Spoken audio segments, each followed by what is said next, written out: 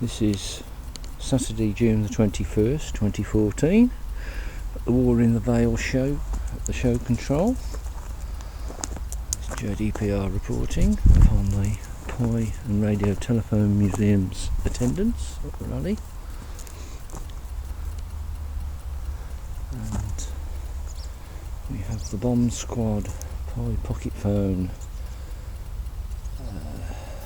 remote control kit from about 1972.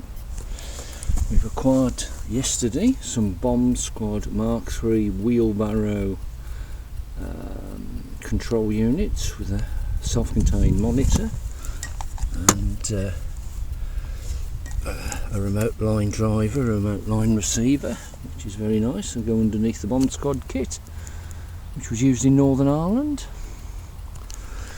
We then have a display of Cougar radio equipment, starting with the major Cougar, which is a full talk-through repeater high band as used by the crime squads in Great Britain until very recently.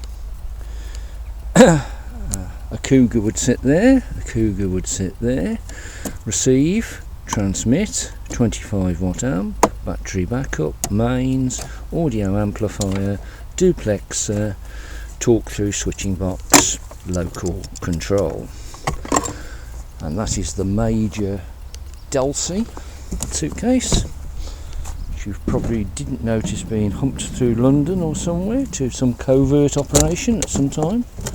We then go on to the Cougar medium-sized suitcase. I'll just move the mobile radio, and that has battery backup, 25 watt amp with a single Cougar, audio amp fitted there, mains power supply and charger, and that would have been just in simplex mode, that suitcase. And you see at the back there a low band Cougar, standard PRM 415L, sorry. And then just there is the covert Cougar, which is the baby Cougar with its pin-up microphone, etc., etc., on the back of it. So that one, it would be body worn, hence the flesh coloured unit that's with it. Then we go on to the very smallest suitcase, which again is a remote control Cougar portable there, and a 25 watt amplifier there with the audio amp, spare battery and dash mount control box, so that you could bring that to the dash mount of the car and remotely control all the Cougar's information. CougarNet in Northern Ireland is now defunct, and the equipment has been coming up for sale via ramco.co.uk and Whittam's in Lincolnshire. Here we have a Cougar fit with a mains base station attached to it, so there's a 25 watt amplifier with a Cougar 1 watt transceiver plugged into it, and mains power supply underneath it. And then there's the covert Cougar control box, which would go into a surveillance vehicle, very small, just to be able to switch the channels and go between clear and volume. And then the last item over there is a Cougar fit in a green army transportable pouch, which is 25 watts with the battery in the back of it. I'll just come round the back. Sorry about talking to myself. And that there would be worn on the shoulder, probably in Northern Ireland in the earlier days. Fully transportable 25 watts portable.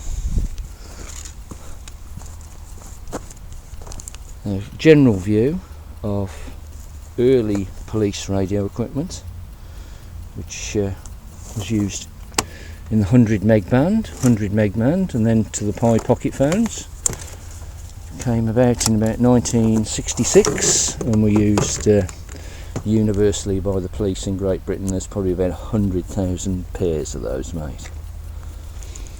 That there is a Northern Ireland base station, Motorola, encrypted. As you can see, it says to authorise the key load this equipment, please telephone this number, and it's got the Northern Ireland designation on it, TRA 150.